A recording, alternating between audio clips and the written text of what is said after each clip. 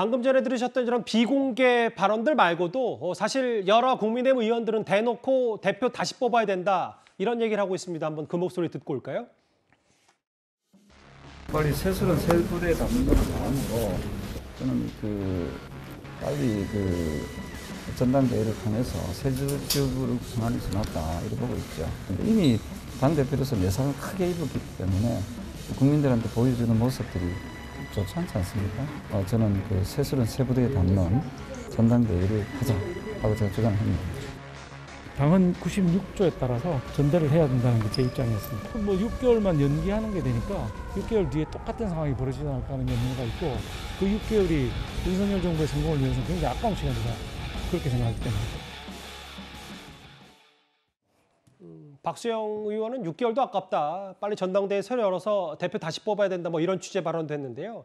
일단 이준석 대표의 자맹도 길어지고 있습니다. 이 대표는 아직까지는 공개 반발 없이 글쎄요. 침묵도 하나의 투쟁 방식으로 생각하는 듯 하는데 여전히 이 대표는 여러 입장 표명이 없습니다. 근데 오늘 동아일보 보도에 따르면 월 2천만 원 정도 쓸 수 있는 당대표 법인카드가 사용 정지가 됐고 좀 알고 봤더니 이 대표는 직접적으로 국민의힘으로부터 월급은 받지 못했나 봅니다.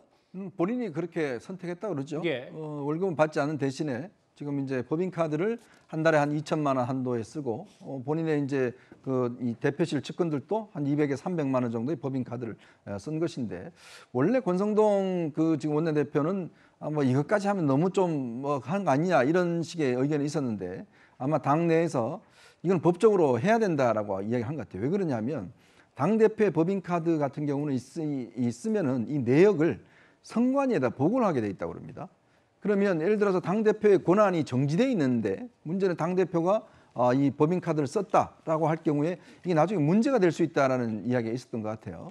그래서 이제 이거는 원칙대로 정지시키는 게 낫겠다. 이렇게 해서 이제 제가 정지시킨 걸로 알고 있습니다. 근데 이제 지금 좀 전에 이게 나왔던 대로 이 사실은 집권 여당이 이게 지금 당 대표가 공석 중인 상황에 가게 될 경우에 굉장히 지금 황금기잖아요. 사실 제일 중요한 시간이고 임기 초기이기 그렇죠. 때문에 그렇기 때문에 이 시기를 당의 내분으로 보낼 경우에 굉장히 문제가 있다. 예. 그래서 빨리 조기 전당대회를 어떻게든 해서 빨리 이 당 어떤 지도 체제를 안정시켜야 된다는 의원들이 꽤 있어요. 이제 그게 그래서 문제는 근데 그렇게 되면 이제 이준석 대표가 당 대표직을 사퇴하거나 아니면 몰아내야 되는데 현실적으로 그렇게 할 수 있는 방법이 있냐는 거죠. 더 이상 압박하지 않기로 했다고 하더라고요. 그렇죠. 만약에 몰아냈을 경우에는 이게 나중에 지금 가처분 신청하거나 할 경우에 법원에서 굉장히 불리하게 작용할 수가 있습니다. 그러면 법원에서 그냥 인정해서 가처분 인용을 해버리면 이게 상당히 오히려 더 문제가 커져버리거든요. 그런데 또 하나의 이제 의심이 뭐냐면 권성동 원내대표가 내년까지가 이제 임기입니다. 그러니까 본인이 이제 이 원내대표 임기를 끝내고 바로 대표에 출마하려고 하는 거 아니냐 이런 또 의심도 있어요.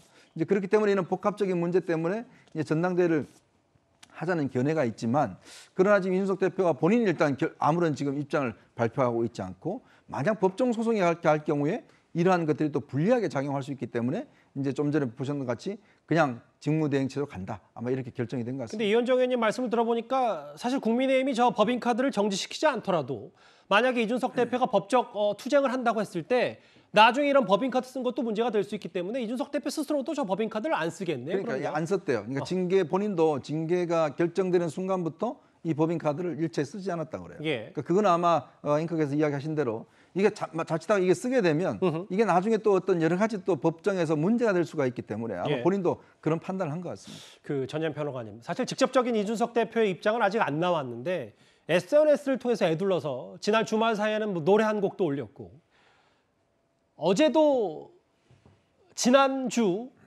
징계 직후에 이어서 당원 가입을 권유하는 글을 올렸는데 어떻게 받아들이세요? 제가 보기에 이준석 대표가 8일 언론 인터뷰에서는 뭐 법적 대응이라던가 재심을 검토하고 있다는 식으로 얘기를 했는데 입장을 좀 바꾼 것으로 보여요.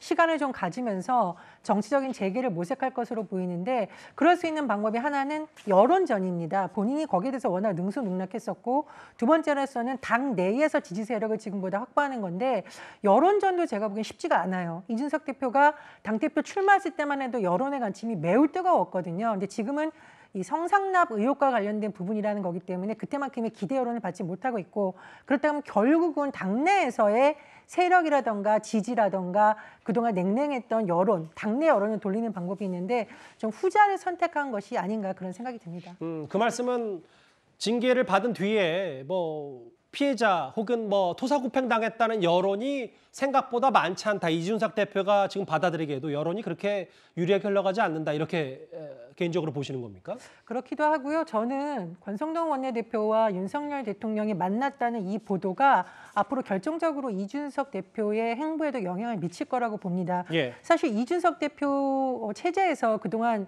지방선거 이후에 당의 분란에 대해서 여러 가지 원인이 있겠지만 이 대표가 당에 도움이 되지 않는다. 국정 운영에 부담이 된다라는 여론이 당내에서부터 나왔기 때문에 지금은 아마 윤심을 완전히 거스르는 듯한 행보를 하진 않을 것이다.